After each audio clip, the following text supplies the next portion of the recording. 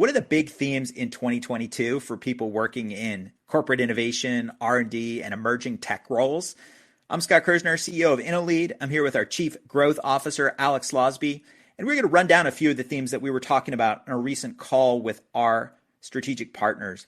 Theme number one is one we call the Revolving Door. And if you've been through this, you know exactly what we're talking about. It's companies creating an innovation group, hiring innovation professionals, and 2 or 3 years later deciding, oh, we haven't seen enough concrete results out of this group, so we're going to shut it down. We ran an article recently called The Demise of an Innovation Team, 5 Warning Signs, and it was written by an anonymous innovation professional who'd been through that experience. The flip side of the revolving door, though, is you've got people coming in as well. We always see new teams being formed, recruiters talking to us about how they can hire.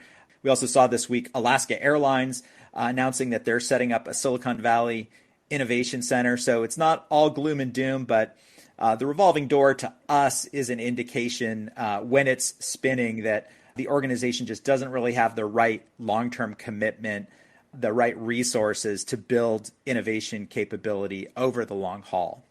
Alex, what about theme number 2? Scott, thanks so much. Innovating in the hybrid workplace. A few elements within that.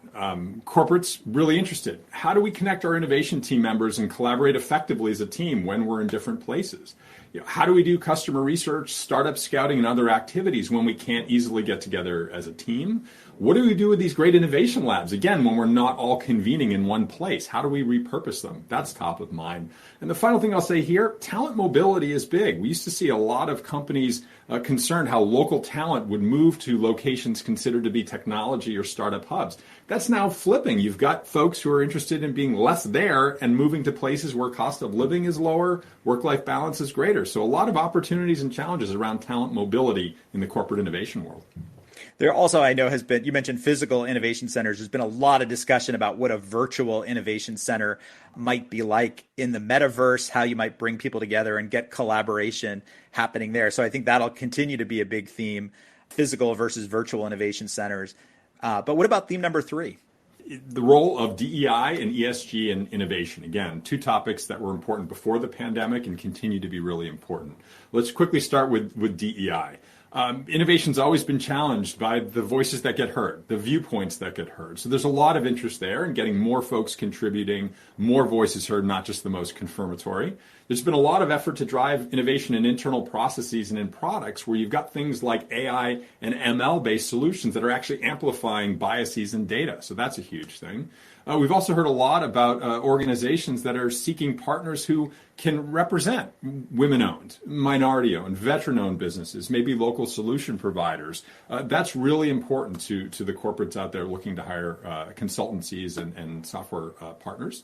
And then briefly on ESG, we're seeing sustainability written into innovation goals. So, sort of at a higher level, hey, let's not just make new money or save money, but let's make sure that our innovation work is increasing the sustainability of our processes and also the world.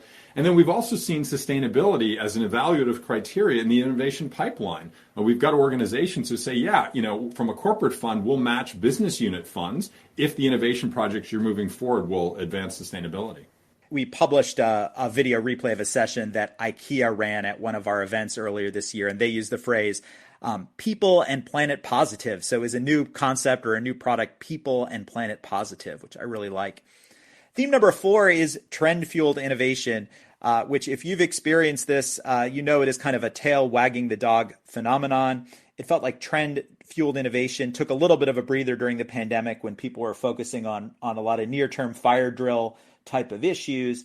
But it was with us before the pandemic. It's with us again. And you mentioned AI and ML. Those are obviously big trends this year. Web3, the metaverse, cryptocurrencies, industrial IoT. Trend-fueled innovation is when you have senior executives who get excited about a trend. They want to put out a press release. They want to mention on an earnings call, but you haven't actually identified the job to be done, the customer problem, the profitable use case that trendy technology can be applied to.